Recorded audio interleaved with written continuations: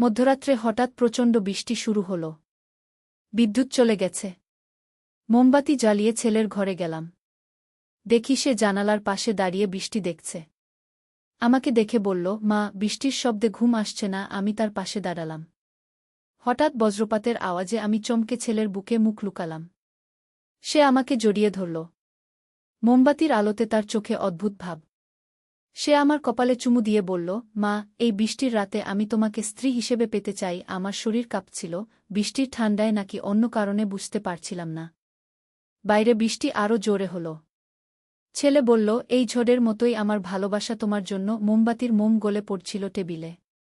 ছেলে আমার চুলে হাত বুলিয়ে বলল, মা, এই রাতে তুমি হ্যাঁ বলো, আমি তোমার স্বামী হতে চাই। বৃষ্টির শব্দে তার কথা প্রায় ডুবে গেছিল, কিন্তু আমি স্পষ্ট শুনতে পেলাম। এই গল্পটি সম্পূর্ণ শুনলে আপনাদের পানি অটোমেটিক বের হয়ে যাবে, সো যত দ্রুত সম্ভব হাতের কাছে টিস্যু নিয়ে বসে পড়ো। বিছানার চাদর যেন নষ্ট না হয় সেটা সম্পূর্ণ খেয়াল রাখার অনুরোধ জানিয়ে গল্পটি এখন শুরু করব। তার আগে সর্বশেষ অনুরোধ, দয়া করে এমন পানি বের করার গল্প নিয়মিত শুনতে আমাদের চ্যানেলটি সকলেই সাবস্ক্রাইব করুন। ধন্যবাদ। হ্যালো বন্ধুরা, আমার নাম রূপালী খান। আমার বয়স ৩৩ বছর। আমার স্বামীর নাম সুব্রত খান, বয়স ৩৬ বছর। আমাদের ২ সন্তান, রিয়াদ আর তনিমা। রিয়াদ ১৮ বছর বয়সী, কলেজে পড়ে। তনিমা ১০ বছর বয়সী, স্কুলে যায়। আজকে আমি আপনাদের সাথে আমার জীবনের সবচেয়ে রহস্যময় এবং রোমাঞ্চকর অভিজ্ঞতার কথা শেয়ার করব। এই ঘটনাটি ঘটেছিল গত বছরের শীতের এক রাতে। আমি এখনও সেই রাতের কথা ভাবলে গায়ে কাঁটা দিয়ে ওঠে। সেই রাতে আমি ঘুমাতে যাচ্ছিলাম। রিয়াদ তার রুমে পড়াশোনা করছিল। সুব্রত অফিসের কাজে বাইরে গিয়েছিল। তনিমা আমার পাশে ঘুমিয়ে পড়েছিল। রাত প্রায় ১২টা বাজে। হঠাৎ বাইরে ভয়ানক বৃষ্টি শুরু হল। প্রচণ্ড বাতাসে জানালার কাচ কাঁপছিল। তারপর বিদ্যুৎ চলে গেল। পুরো বাড়ি অন্ধকার হয়ে গেল। আমি উঠে মোমবাতি খুঁজে বের করলাম। মোমবাতি জ্বালিয়ে রিয়াদের রুমে গেলাম দেখার জন্য সে কেমন আছে। রিয়াদের রুমে ঢুকে দেখি সে জানালার পাশে দাঁড়িয়ে বৃষ্টি দেখছে। মা, বৃষ্টির শব্দে ঘুম আসছে না, সে বলল। আমি তার পাশে গিয়ে দাঁড়ালাম। বাইরে সত্যিই ভয়ানক বৃষ্টি হচ্ছিল। হঠাৎ একটা বজ্রপাতের আওয়াজ হল। আমি ভয় পেয়ে রিয়াদের কাছে গিয়ে দাঁড়ালাম। মা, ভয় পেজো না। আমি তো আছি, রিয়াদ বলল। মোমবাতির আলোতে তার মুখ দেখাচ্ছিল। সে বেশ বড় হয়ে গেছে। ১৮ বছর বয়স হলেও এখনও আমার কাছে ছোট্ট ছেলেই মনে হয়। রিয়াদ, তুমি আজকে আমার রুমে ঘুমাও। একা থাকতে ভয় লাগছে, আমি বললাম। ঠিক আছে মা। চলো, রিয়াদ বলল। আমরা আমার রুমে গেলাম। তনিমা তখনও গভীর ঘুমে। রিয়াদ বিছানায় শুয়ে পড়ল। আমিও পাশে শুয়ে পড়লাম। কিন্তু ঘুম আসছিল না। বৃষ্টির শব্দ আর বাতাসের আওয়াজে মন অস্থির হয়ে উঠেছিল। মা, তুমি ঘুমাতে পারছ না? রিয়াদ জিজ্ঞেস করল। না রে। এই আবহাওয়ায় কিভাবে ঘুম আসে? আমি বললাম। মা, আমারও ঘুম আসছে না। চলো একটু গল্প করি, রিয়াদ বলল। আমরা গল্প করতে শুরু করলাম। রিয়াদ তার কলেজের গল্প বলছিল। হঠাৎ সে একটা অদ্ভুত কথা বলল। মা, তুমি জানো, আমি তোমাকে খুব ভালোবাসি। আমিও তোমাকে খুব ভালোবাসি বাবা, আমি বললাম। না মা, আমার ভালোবাসা অন্যরকম, রিয়াদ বলল। মানে? আমি অবাক হয়ে জিজ্ঞেস করলাম। মা, আমি তোমাকে স্ত্রী হিসেবে পেতে চাই, রিয়াদ বলল। তার এই কথা শুনে আমি একেবারে হতবাক হয়ে গেলাম। এ কি বলছে সে? আমি কিছু বুঝতে পারছিলাম না। রিয়াদ, তুমি কি বলছ? এসব কি বলার কথা? আমি বললাম। মা, আমি সত্যি কথা বলছি। তুমি এত সুন্দর। আমি তোমাকে আমার স্ত্রী বানাতে চাই, রিয়াদ বলল। আমি বুঝতে পারছিলাম না কি করব। এমন সময় হঠাৎ বাইরে একটা প্রচণ্ড শব্দ হল।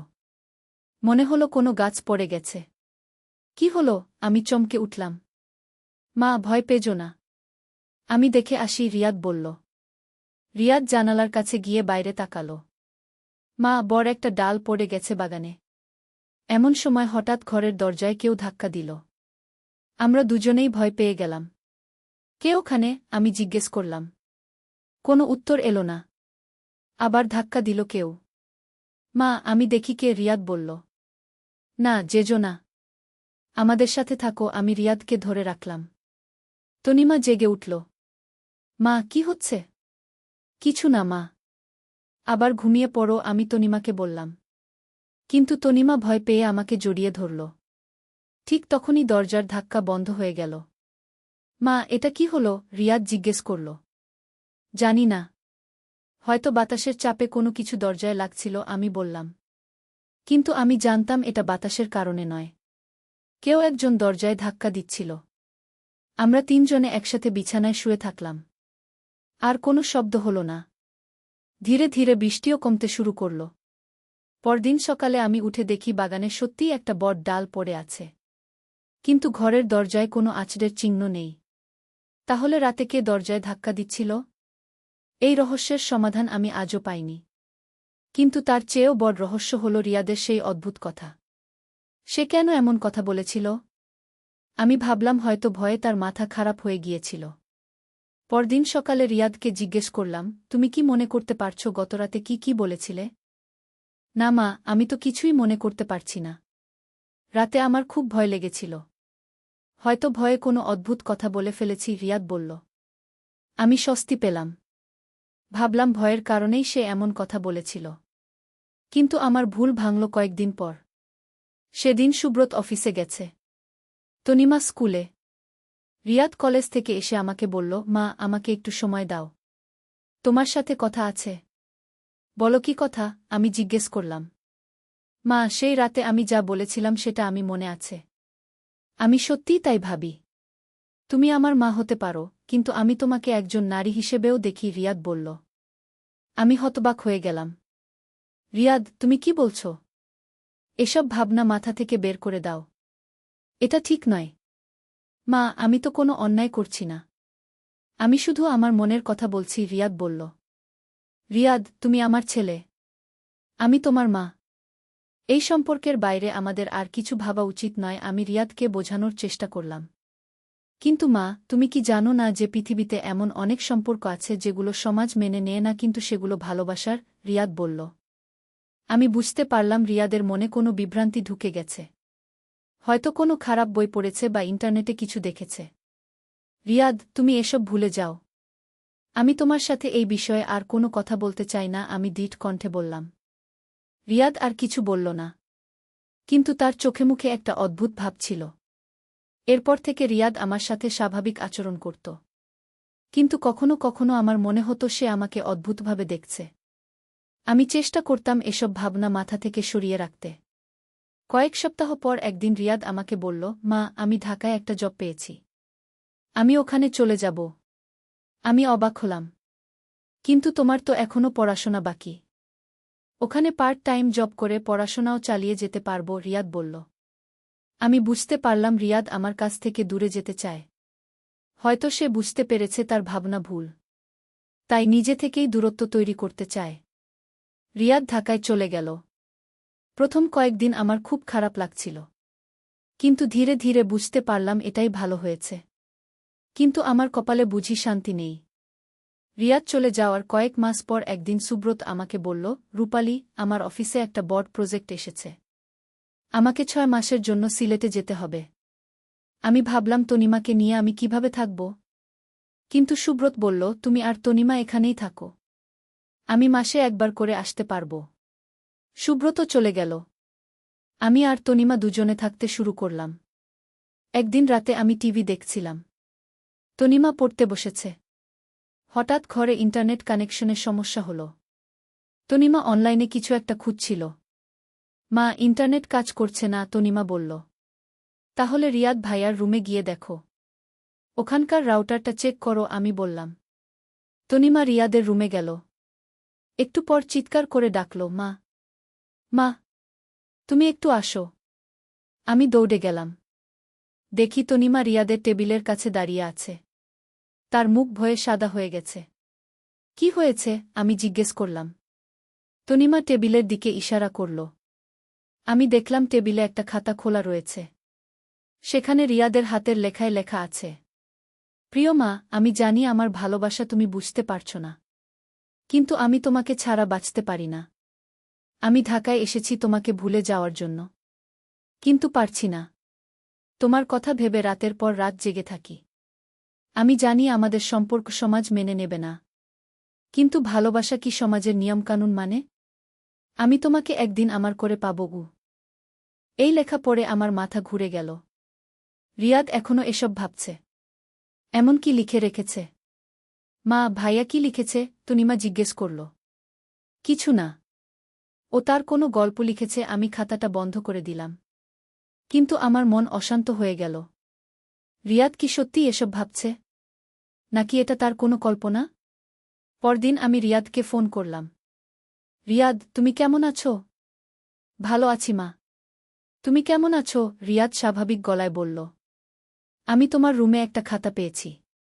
সেখানে কি লেখা আছে জানো? আমি জিজ্ঞেস করলাম। ফোনের উপাস থেকে একটু নীরবতা। তারপর রিয়াদ বলল, মা, ওটা আমার একটা গল্প।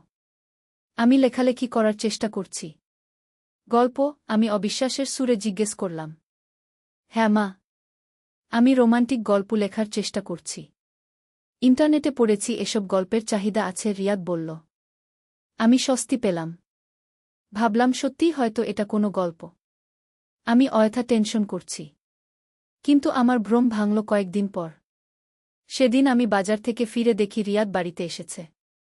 তনিমা স্কুলে। কি ব্যাপার? হঠাৎ এলে কেন? আমি জিজ্ঞেস করলাম। মা, আমি তোমার কথা ভাবছিলাম। তাই চলে এলাম, রিয়াদ বলল। আমি স্বাভাবিক ভেবে চা বানাতে গেলাম। রিয়াদ আমার পেছনে এসে দাঁড়াল। মা, আমি তোমাকে কিছু বলতে চাই, রিয়াদ বলল। আমি চা বানাতে বানাতে বললাম, বলো। হঠাৎ রিয়াদ আমাকে পেছন থেকে জড়িয়ে ধরল। মা, আমি তোমাকে ভালোবাসি। আমি তোমাকে চাই। আমি চমকে গেলাম। রিয়াদ, তুমি কি করছো? আমাকে ছাড়ো। কিন্তু রিয়াদ আমাকে ছাড়ল না। বরং আরও শক্ত করে ধরল। মা, তুমি আমার হও। আমি তোমাকে ভালোবাসি। আমি জোর করে রিয়াদের হাত সরিয়ে দিলাম। রিয়াদ, তুমি পাগল হয়ে গেছ? এসব কি করছো? মা, আমি পাগল হয়নি। আমি শুধু আমার ভালোবাসার কথা বলছি, রিয়াদ বলল। আমি কাঁপতে কাঁপতে বললাম, রিয়াদ, তুমি এখনই এখান থেকে চলে যাও। আমি তোমার সাথে আর কোনো কথা বলতে চাই না। মা, তুমি রাগ করো না। আমি জানি তুমিও আমাকে ভালোবাসো, রিয়াদ বলল। না, আমি তোমাকে ছেলে হিসেবে ভালোবাসি। অন্য কিছু নয়, আমি চিৎকার করে বললাম। রিয়াদ হতাশ হয়ে বলল, ঠিক আছে মা। আমি চলে যাচ্ছি। কিন্তু মনে রেখো, আমি তোমাকে ভুলতে পারব না। রিয়াদ চলে গেল। আমি একা দাঁড়িয়ে কাঁপছিলাম। কি হচ্ছে আমার পরিবারে? আমার ছেলে কেন এমন হয়ে গেল? তনিমা স্কুল থেকে ফিরে এসে জিজ্ঞেস করল, মা, ভাইজা এসেছিল? হ্যাঁ, কিছুক্ষণ আগে চলে গেছে, আমি বললাম। ওহ, আমি তো দেখতে পেলাম না, তনিমা বলল। রাতে আমি ঘুমাতে পারলাম না। রিয়াদের কথাগুলো বারবার মনে আসছিল। আমি ভাবছিলাম আমি কি করব। সুব্রতকে বলব। কিন্তু সে তো সিলেটে। আর এসব কথা ফোনে কিভাবে বলব? পরদিন সকালে আমি সিদ্ধান্ত নিলাম রিয়াদের সাথে আর কোনো যোগাযোগ রাখব না। তার ফোনও রিসিভ করব না। কিন্তু রিয়াদ ছাড়ার পাত্র নয়। সে প্রতিদিন ফোন করত। আমি ফোন রিসিভ করতাম না। তারপর সে মেসেজ পাঠাতে শুরু করল। মেসেজগুলো পড়ে আমার গা ঘিন ঘিন করত। সে লিখেছিল, মা, তুমি আমার ফোন কেন রিসিভ করছো না? আমি তোমাকে দেখতে চাই। মা, আমি জানি তুমি রেগে আছো। কিন্তু আমার ভালোবাসা কি অপরাধ? মা, আমি আর পারছি না। আমি তোমার কাছে আসব। এই শেষ মেসেজটা পড়ে আমি ভয় পেয়ে গেলাম।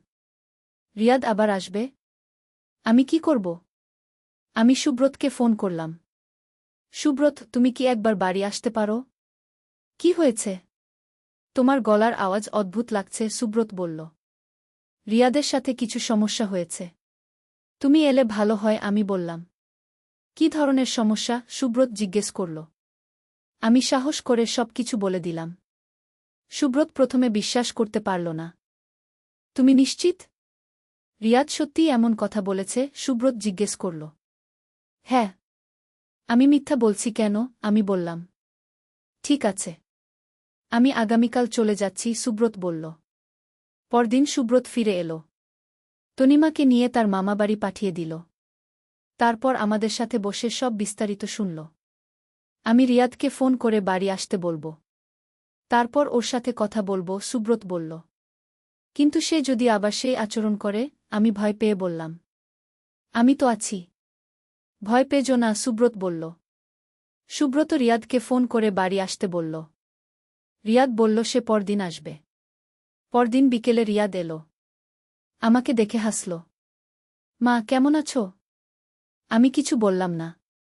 সুব্রত বলল, রিয়াদ, আমাদের সাথে একটু বসো, কথা আছে। আমরা তিনজনে বসলাম। সুব্রত বলল, রিয়াদ, তোমার মায়ের কাছে কি ধরনের আচরণ করছো?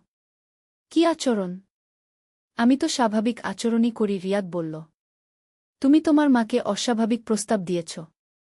এটা কি স্বাভাবিক? সুব্রত কড়া গলায় বলল। রিয়াদের মুখ লাল হয়ে গেল। বাবা, মা আপনাকে কি বলেছে? সব বলেছে। তুমি কি স্বীকার করো? সুব্রত জিজ্ঞেস করল।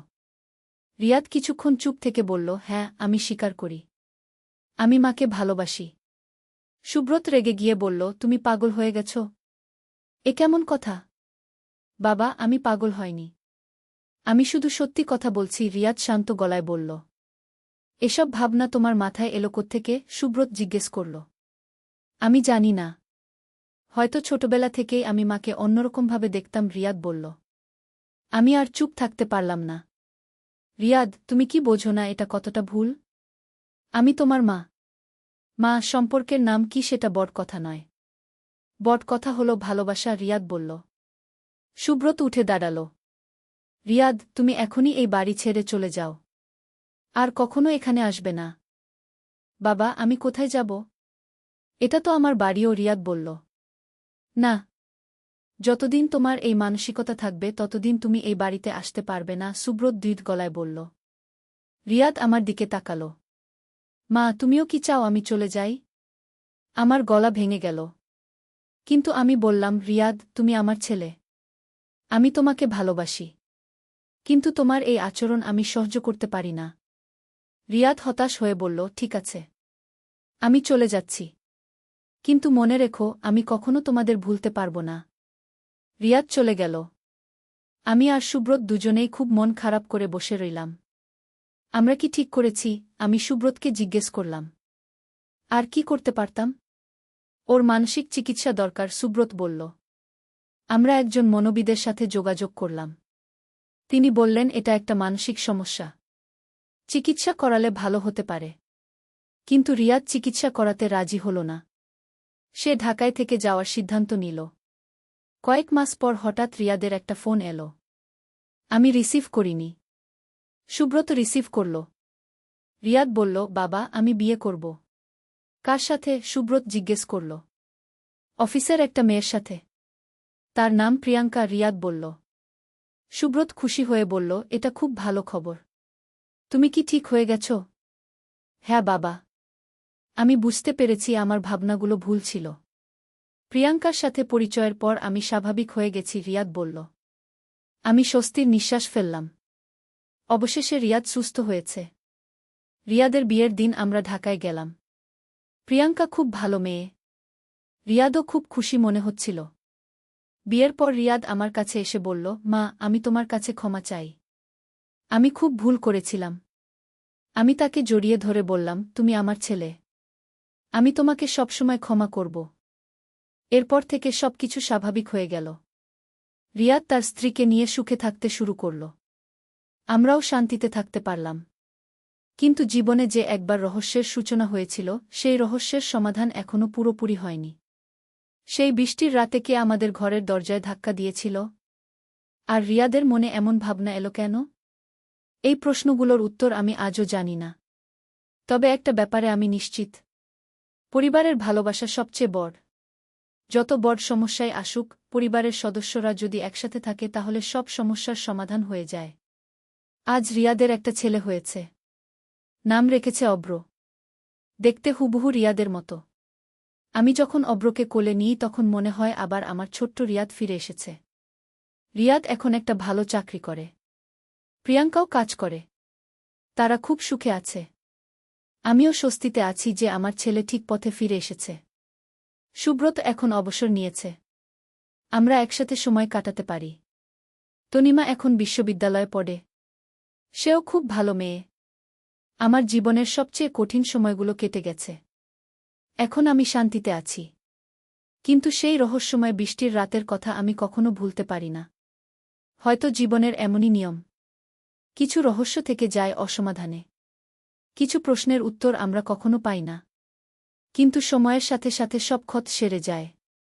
আর পরিবারের ভালোবাসাই আমাদের সব কষ্ট ভুলিয়ে দেয়।